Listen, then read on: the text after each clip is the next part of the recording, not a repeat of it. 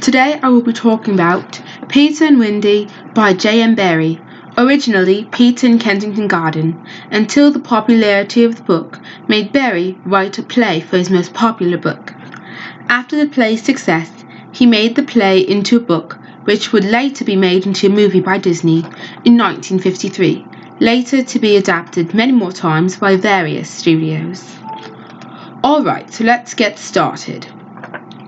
When Peter was flying by, he heard Mrs. Darling telling her children a bedtime story, as usual. Peter began to listen every night. But one night, the dog Nana latched onto his shadow whilst he was listening.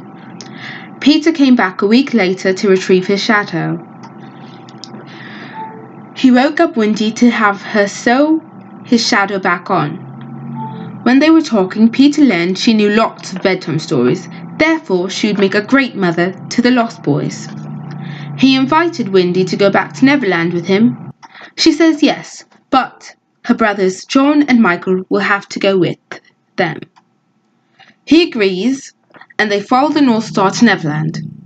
It is a long way, so they take the time and go see some sights in London. When they finally arrive, the Darlings see the most beautiful place they've ever seen.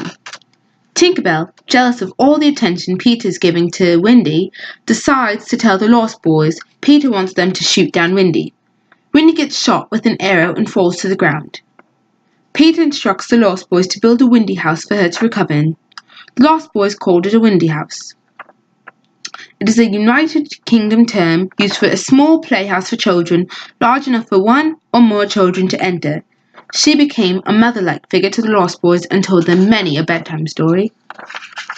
Now it's time for the twist. Bum bum bum. So, while Peter is napping, the pirates snatch Wendy, Michael, John, and the Lost Boys. When he wakes up, Tinkerbell tells him what has happened. The pirates take their captives to the Jolly Roger. When he arrives, he sneaks into the cabin where the Lost Boys and the Darlings are being held, and frees everyone. A battle breaks out between the Lost Boys and the pirates. It's a hard fight, but in the end the Lost Boys are victorious. Peter kills Hook by kicking him into the jaws of Tick-Tock Croc. He takes over the ship and sets sail for London. Before they reach London, Peter tries to put bars on the Darlings' window so that the parents would think they didn't want them anymore. But when he saw how sad the parents were, he couldn't bring himself to do it. When they arrived, the Lost Boys were sent to an orphanage and the Darlings go back to the parents.